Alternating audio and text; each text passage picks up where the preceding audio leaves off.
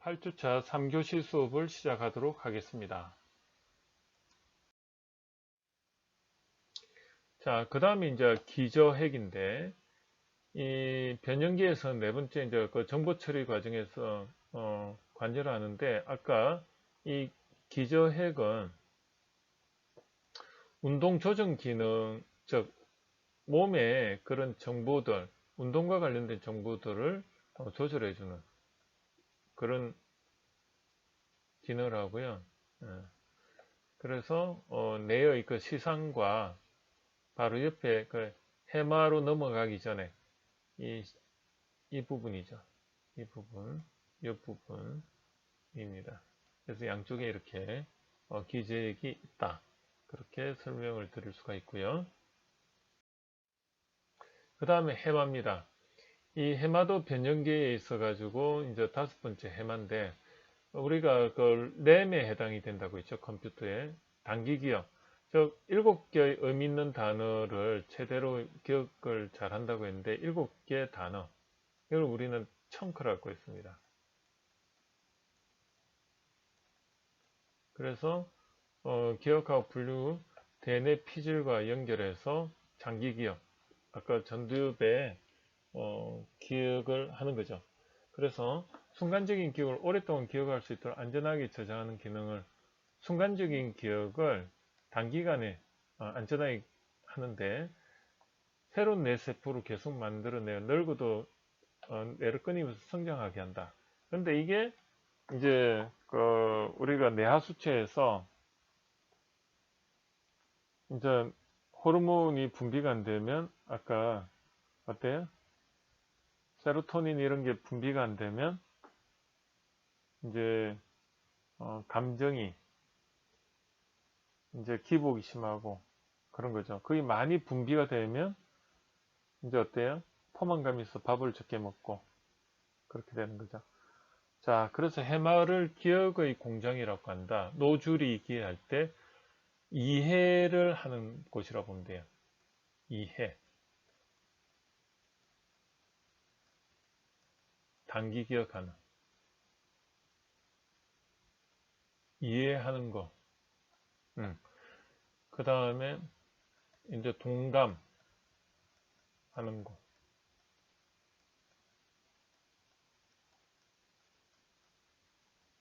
그래서 기억상실증에 걸리거나 기억이 나쁜 사람은 척두엽에 손상을 입거나 해마의 기능이 상실. 즉 해마 이 변형계는 전부 요 척두엽 안쪽에 있습니다. 그죠? 요 척두엽 옆에 이렇게 길다랗게 이렇게 있는데 그래서 해마의 기능에 문제가 생긴 운동 감각 기능과 감정에 대한 기억은 가능하다. 해마가 이렇게 되더라도 아까 말했던 기저핵이나 아니면은 아까 운동 피질이라든지 소두 이쪽이 전부 그 운동과 관련이 있기 때문에 보완이 된다는 내용입니다. 자, 여섯 번째가 그 변형계 중에 편도체인데요. 자, 편도체가 그 기쁨이나 분노 같은 정서를 유발을 한다고 되어 있어요. 그래서 그 희노애락을 또 담당하고 있는데 아까 그 편도체가 이 코의 후각에서 이렇게 편도체가 연결이 이렇게 되어 있거든요. 그래서 우리가 생존하고도 관련이 있습니다. 그래서 위험상해나 공포상해에서 대뇌 피질에 관여하기 전에 신속히 반응. 우리가 그 손에 보면은 아까 뇌간이라고 하죠. 뇌간. 그 척추에서 올라오는 정보들을 뇌로 가기 전에 바로 처리하듯이 이 코에서 들어오는 정보는 이 편도체가 그것을 관여한다고 보면 돼요. 그래서 그 편도체를 통해서 정보가 1차적으로 처리가 되고 그 후각 정보가 다시 이제 시상을 통해서 대뇌 앞쪽에 이제 정보가 처리가 되는 겁니다. 후각 냄새로 위험 여부 적각 이렇게 판단을 하고 그렇습니다. 자, 그 다음에 이제 척좌핵인데, 척좌핵은 이 편도체 앞쪽에 이렇게 조그맣게 있습니다. 편도체 여기 아까 이렇게 후각 신경이 이렇게 나와 있죠. 편도체가 연결되어 있고 그 위쪽에 있는데 이, 이 편도체 좌우 해마 옆에 붙어 있다. 이 해마가 있고 편도체가 있고 척자액이 같이 위쪽에 이렇게 붙어 있고요. 그래서 이 쾌락과 관련된 일을 하게 돼요. 그래서 우리가 그 시상하부가 감정을 담당하는데 이제 중독이 되는 거는 이 척자액 때문에 그렇습니다. 그래서 학습이나 일상에서 꼭 필요한 동기유발이나 호기심 발동을 담당한다. 그래서 이 척자핵은 매슬로우 욕구 단계에서 상위 욕구에 해당이 됩니다. 그러한 정보가 오면 그것을 처리를 하는데 인간의 욕구에서는 아까 하위 욕구는 어디에 해당이 된다고 했죠? 시상 하부, 그죠? 그러면 상위 욕구는 척좌핵에서 해당이 됩니다. 그래서 여기 보면 시상 하부에서는 매솔로 욕구 단계에서 하부 욕구로서 의식주라든지 안전을 담당하면 이 척자에서는 매솔로 욕구 단계에서 상위 욕구를 로서 이런 호기심이라든지 이런 것에 대해서 관련이 있습니다. 자, 그러면 이제 그 노출이기에서 그 주의 자극에 대해서 한번 이제 배운 거를 가지고 제가 기초로 해서 한번 정리를 해 봤는데요. 이 자극이 들어왔을 때, 그 자극을 들어왔을 때 거기에 대해서 인지할 수 있는 그 수준을 시격 수준이라고 합니다. 즉, 이 자극이 들어오면요. 우리가 이제 그 감각, 오감에 의해서 이 자극에 노출이 되지 않습니까? 그렇죠. 노출이 이렇게 돼요. 그런데 우리가 의식을 가지고, 즉 주의를 해가지고 이 노출을 센싱을 하는 거죠. 그래서 여기 의식을 가지고 이 의식의 영역, 여기가 전부 의식의 영역인데 이 의식의 영역에서 의식의 영역 센싱에서 인식을 하게 되면 그 다음에 이제 그 운동 피질이나 운동 피질 그 뇌의 그 뒤쪽 그 중간 뒤쪽에 그 피부 감각, 체지각 피질 이런 데서 이 정보를 받아들이고 선택적 지각을 하게 되고, 그죠? 이게 이해의 과정이죠. 그 다음에 이제 해마에서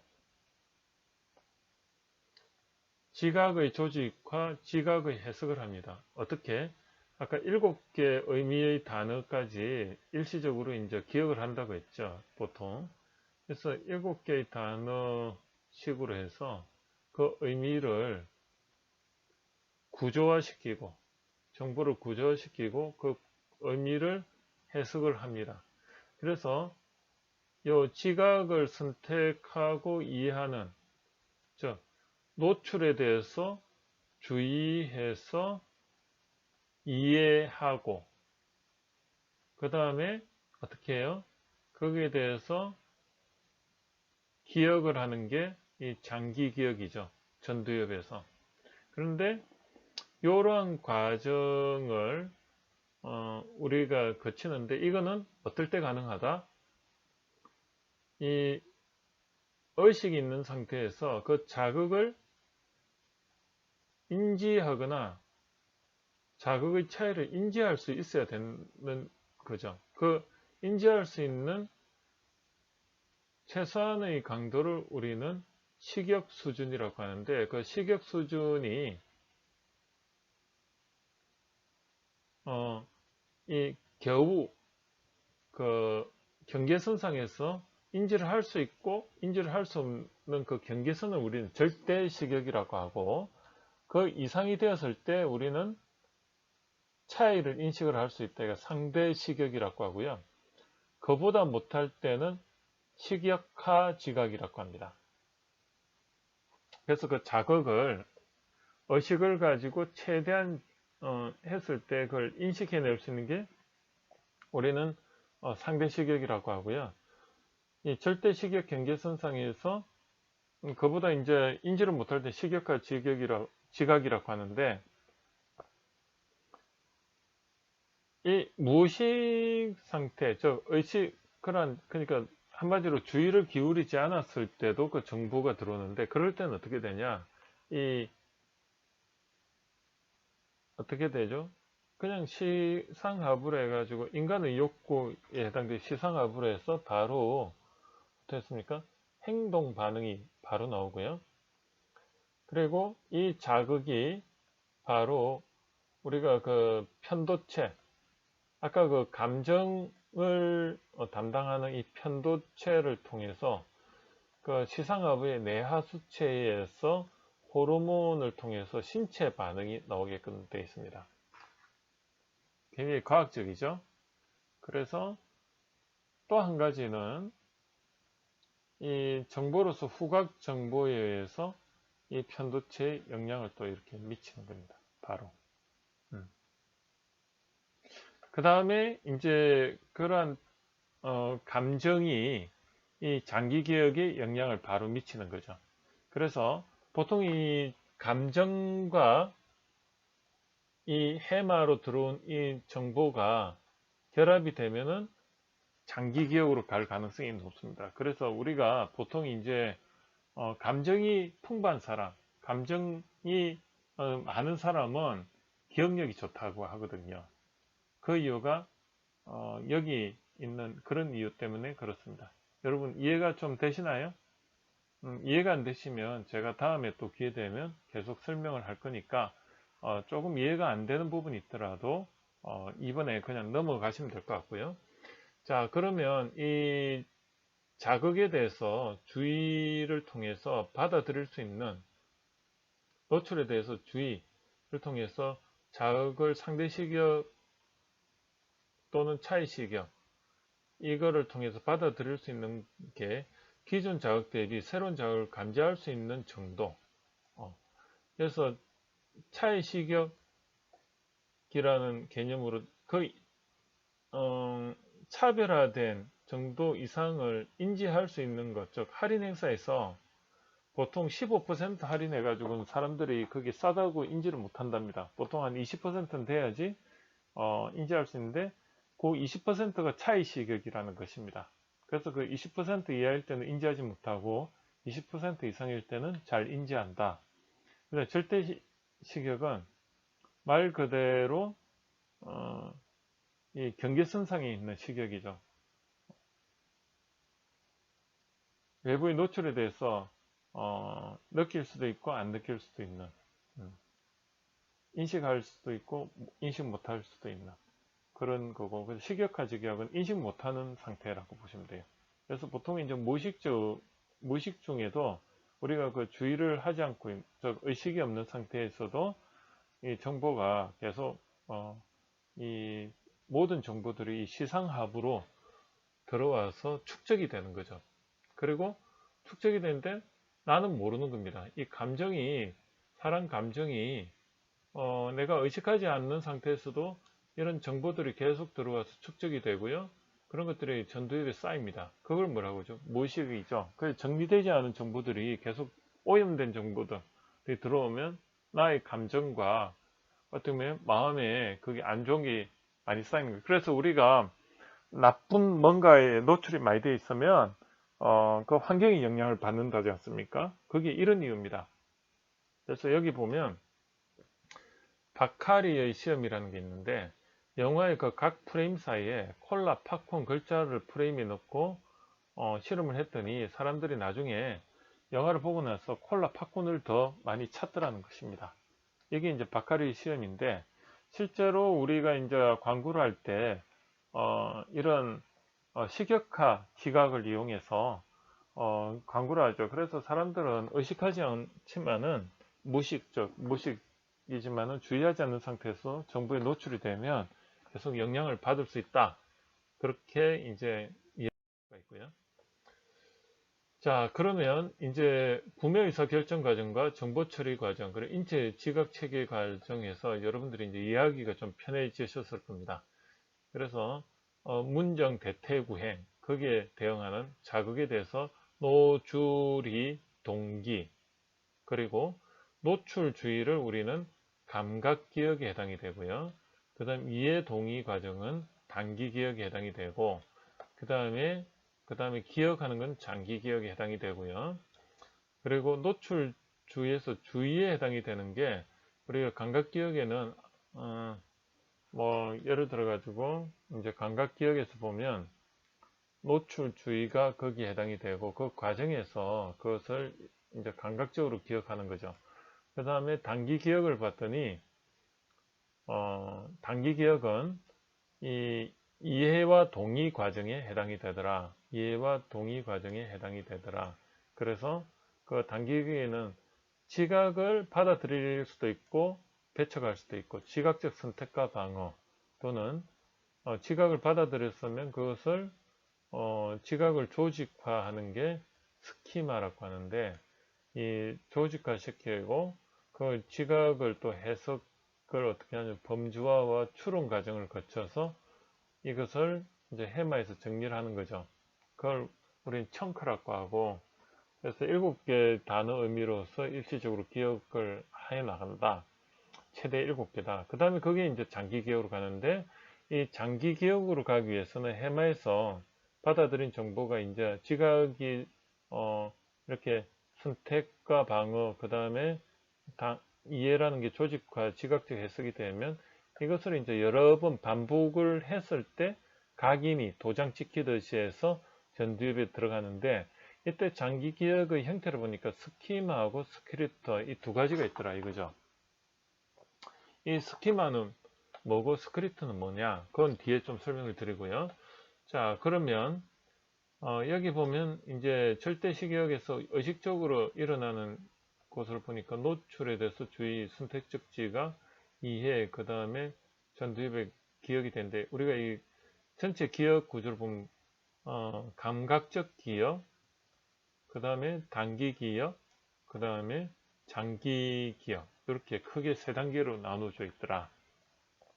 그 다음에 모의식에서 보니 시상하부의 편도체로 이렇게 들어오는데, 자, 그래서 우리가 이제 여기 본 노출 주의, 그 다음에 이해를 통해서 기억을 되는 그 과정에서 이제 어떻게 보면 이제 동의 수용 과정을 통해서 이런 신념도 생기는 거죠. 그리고 감정이라는 게 무의식적으로 또 영향을 받고 태도. 그래서 이런 것들이 아까 설명드렸듯이 노출에 대해서 시상하부의 욕구에 영향을 줘서 행동 반응도 나오고, 그 다음에 감정에 영향을 줘서 이게 편도체죠. 영향을 받아서 뇌하 수체와 호르몬 영향으로 결국은 신체 반응까지도 유도가 되더라. 자, 그래서 그 정보 처리 과정을 보면 크게 보면 노출이 동기, 근데 노출과 주의는 감각 기억이고 이해와 동의는 단기 기억이고 기억은 장기 기억이다. 그 이유가 인체적으로 보니까 노출에 대해서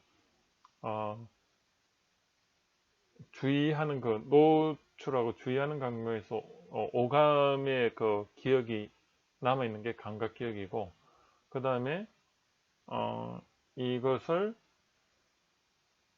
노주 이해하는 과정에서 선택적 지각과 지각의 조지가 지각의 해석을 통해서 단기 기억이 이 해마에서 일어나더라. 그리고 장기 기억으로 가는 거는 전두엽에서 리허설에 의해서 되는데, 거기에는 무의식적으로 보니까 우리가 외부에서 정보들이 그 시상 하부의 욕구에 영향을 미치고, 그게 또 편도체에 영향을 미쳐서 우리가 감정이라는 게 또 결합이 되더라. 그래서 결국은 전두엽에 그런 이해가 된 지각적 해석된 그 어떤 스키마 스크립트 형태가 이 감정과 결합이 돼서 장기 기억에 기억이 되더라. 그래서 우리가 이러한 여러분이 지금 배운 게 굉장히 중요하면서도 거대하면서도 여러분이 인생의 본질을 배우는 건데, 그래서 우리가 기억의 원리를 알면 공부하는 방법을 알게 되는 것입니다. 그리고 학생들을 지도할 때 어떻게 지도해야 되는지도 알고, 그리고 여러분들 그 자녀에 대해서 어떻게 대해야 되는지까지도 지혜가 생기는 것입니다. 그래서 이 소비자 행동론을 통해서 이런 인체 지각 체계까지도 여러분들이 어떻게 보면 이해를 하고 있으면 심리학과 그 다음에 인체적인 부분까지도 다 통달하면 이게 정신분석학적인 접근이라고 보면 되는 거죠. 거기다가 해부생리학적인 접근까지 되니까 여러분들 대단한 능력이 생긴다고 보시면 되는 것입니다. 자, 그러면 이 이제 차의 시격에 대해서 한번 보는데요. 이 주의 단계에서 차의 시격에 도달한 최소한의 차이를 인식하기 위해서 자극에 대해서 어느 정도 그럼 이걸 정량화시켜서 한번 해볼 거냐, 그런 거를 이 웨버라는 사람이 고민을 했던가 봅니다. 그래서 웨버의 법칙이라고 해가지고 K는 I분의 델타 I 해가지고 I는 기존 자극의 크기에서 최소한으로 어떻게 보면 이 인식을 할 수 있는 변화량이 얼마인가, 그거를 델타 i로 해가지고 K 상수를 구했는데 그게 웨버의 법칙입니다. 다른 게 아니고요. 기존 자극에서 최소한 어느 정도까지를 줘야지 이게 인식할 수 있는가, 그 최소한의 상대 시격을 찾아내는 게 이게 웨버의 법칙입니다. 상대 시격 또는 차이 시격이라고 하죠. 이 차이 시격의 차이 시격, 즉 상대 시격, 최소한으로 인식할 수 있는 자극이 어느 정도인가, 인식의 할수시킬 수 있는 정도가 어느 정도인가, 그거죠. 예를 들어 가지고 웨버의 그 K가 0.2다. 그럼 어떻게 되는 거죠? 어떤 의류에서 디스카운트 K가 0.2다 그러면 20%는 할인을 해야지 고객들이 할인됐구나 하고 그 차이 시격을 안다는 거죠. 그게 어필이 된다는 거죠. 그런 겁니다. 또 뭐가 있을까요? 색상, 크기, 무게, 모든 게 그 차이점이 고객이 인식할 수 있는 그 리밋 한계가 있는데, 이게 개인마다 차이가 존재한다. 그래서 이게 그렇게 예측이 정확하진 않다. 그런 내용을 한번 말씀드리고 싶습니다.